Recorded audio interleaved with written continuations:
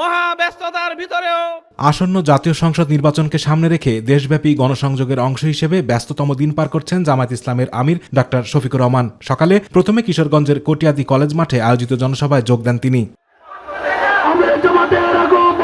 প্রধান অতিথির বক্তব্যে আমিরে জামায়াত বলেন, একটি শক্তি পুরনো কায়দায় 12 ফেব্রুয়ারি নির্বাচন বানচাল করার চেষ্টা করছে, কিন্তু প্রশাসন সক্রিয় থাকলে তারা সফল হবে না। চোরাই পথে আর কোনো নির্বাচন হতে দেওয়া হবে না বলেও মন্তব্য করেন তিনি।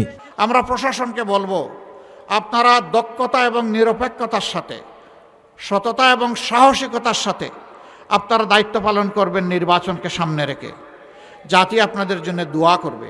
সুষ্ঠু নির্বাচনে যিনি নির্বাচিত হয়ে আসুক, আমরা তাকে অভিনন্দন জানানোর জন্য প্রস্তুত, কিন্তু চোরাই পথে আর কোনো নির্বাচন হবে না। নারী ইস্যুকে কাজে লাগিয়ে কিছু গ্রুপ জামায়াতের ভাবমূর্তি নষ্টের চেষ্টা করছে উল্লেখ করে তিনি বলেন, এক্স অ্যাকাউন্ট হ্যাক নিয়ে ব্যবসা করছে একটি মহল। আমার টুইটার, যেটাকে এখন এক্স বলে, সেই এক্স আইডি হ্যাক করে অত্যন্ত নোংরা মেসেজ সেখান থেকে দেওয়া হয়েছে।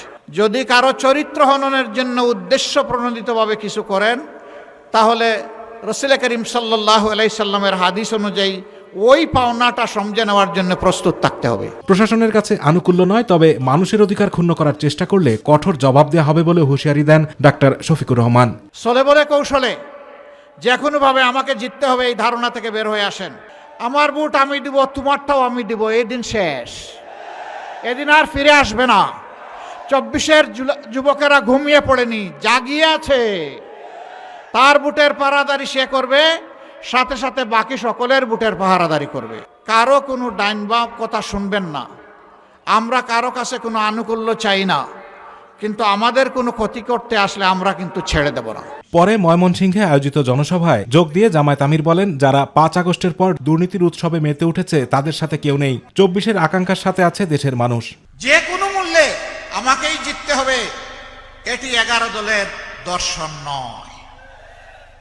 জনগণের কলিজা হৃদয় জয় করে তাদের ভালোবাসা, তাদের সমর্থন, তাদের স্বচ্ছ ভোট নিয়ে ইনশাআল্লাহ 12 তারিখের পরে 13 তারিখ নতুন বাংলাদেশের উদয় হবে ইনশাআল্লাহ। আতিকুর রহমান তিতাস, মাই টিভি। সেই বাংলাদেশ গড়ার গর্বিত